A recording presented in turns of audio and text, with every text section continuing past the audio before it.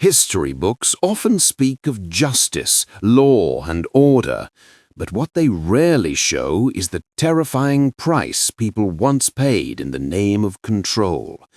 Long before modern courts and human rights, punishment was not about reform, it was about fear, about making an example so horrifying that no one would dare question authority again.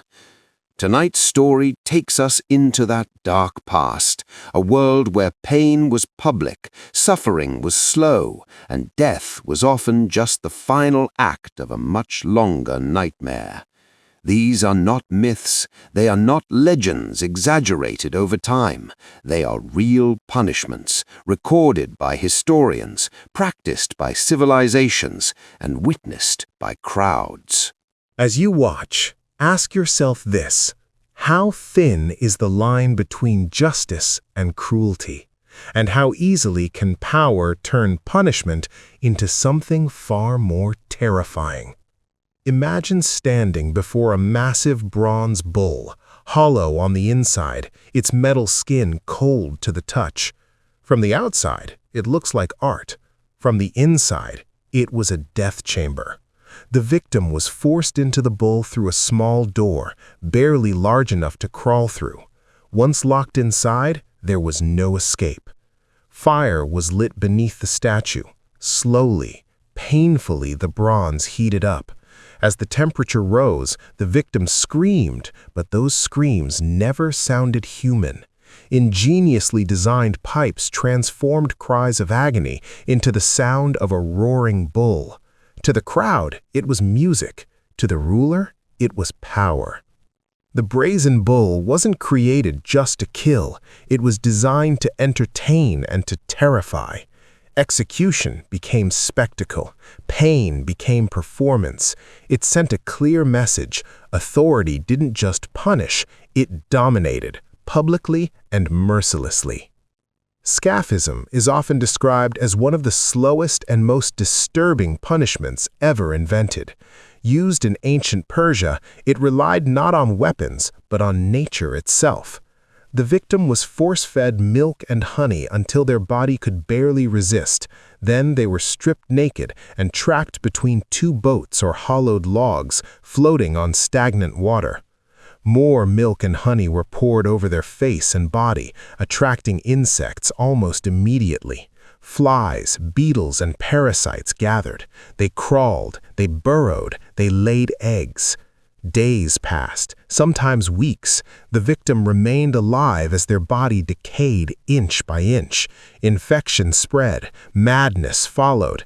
Death came slowly, quietly, and cruelly. Scaphism wasn't about efficiency, it was about prolonged suffering, a punishment that turned time itself into a weapon.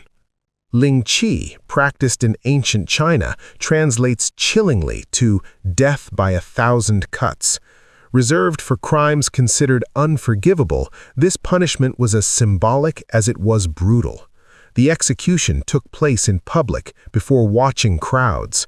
The victim was restrained while small, deliberate cuts were made across the body. The goal wasn't immediate death, it was degradation. Each cut stripped away dignity, honor, and identity.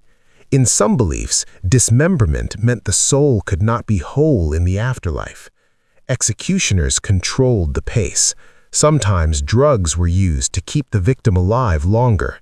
Each moment was carefully measured to maximize fear, not just for the condemned, but for everyone watching.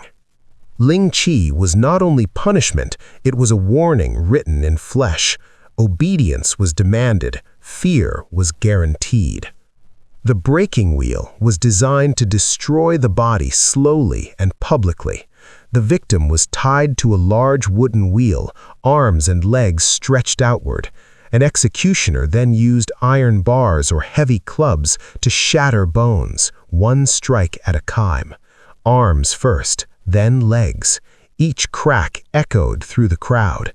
If the punishment was meant to be merciful, the chest or neck was struck early, but mercy was rare. Often the broken body was woven through the wheel and raised high on a pole, still alive, unable to move, left exposed to sun, rain, and birds. Death could take hours or days. The message was unmistakable. Law was not gentle. Disobedience would be remembered. The blood eagle is one of the most haunting punishments linked to Viking culture. According to historical texts, the victim was laid face down, the ribs were cut away from the spine and pulled outward, forming the shape of wings. In some accounts, the lungs were drawn out and placed over the ribs. Whether rare ritual or symbolic terror, the story spread fear far beyond Scandinavia. The blood eagle wasn't just about death, it was about honor, revenge, and sending a message that defiance would be answered with unimaginable brutality. The Iron Maiden looked like a standing coffin. Inside, sharp spikes lined the doors. When closed, the spikes pierced the body, but avoided vital organs. Victims didn't die instantly, they bled slowly. Every breath caused pain, every movement made it worse. Even when not used, the Iron Maiden served its purpose. The fear of it alone was often enough to force confessions. Sometimes terror was more powerful than torture itself. Crucifixion was one of the most infamous punishments of the ancient world. Victims were nailed or tied to wooden crosses and left exposed to the elements. Death came slowly, from exhaustion, dehydration, and suffocation. Some survived for days. It was public by design. Roads were lined with crosses so everyone would see the cost of rebellion. Crucifixion wasn't just execution, it was humiliation, fear, and control combined. Used in medieval England, pressing involved placing heavier and heavier stones on a person's chest. The victim was asked to confess. Silence meant more weight. Some refused to speak, choosing death over submission. As the pressure increased, breathing became impossible. Bones cracked, organs failed. It was a punishment that rewarded resistance with suffering and punished silence with death. The Judas cradle was a pyramid-shaped seat. Victims were suspended above it with ropes and slowly lowered down. Gravity did the work. Hours passed, sometimes days. The pain was unbearable, and infection often followed. This was torture designed to break the mind, not just the body. Confessions were expected. Resistance was pointless. Drowning torture, known today as waterboarding, created the sensation of death without always killing. Victims were restrained while water flooded their airways. The body panicked. The mind believed death was seconds away. Then it stopped, only to begin again. Survival didn't mean escape. Many victims were left psychologically shattered. It proved that sometimes fear alone could be more destructive than pain.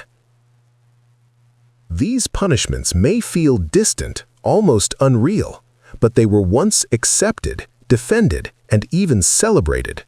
They remind us that cruelty doesn't begin with monsters. It begins with power unchecked and fear unquestioned. History shows us how easily justice can become spectacle and how quickly punishment can lose its humanity. While the methods have changed, the lesson remains the same.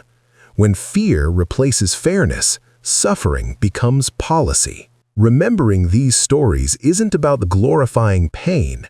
It's about understanding how far we've come and how vigilant we must remain. Because the darkest punishments in history weren't created overnight. They were allowed to grow, slowly, until cruelty felt normal. And that may be the most frightening truth of all.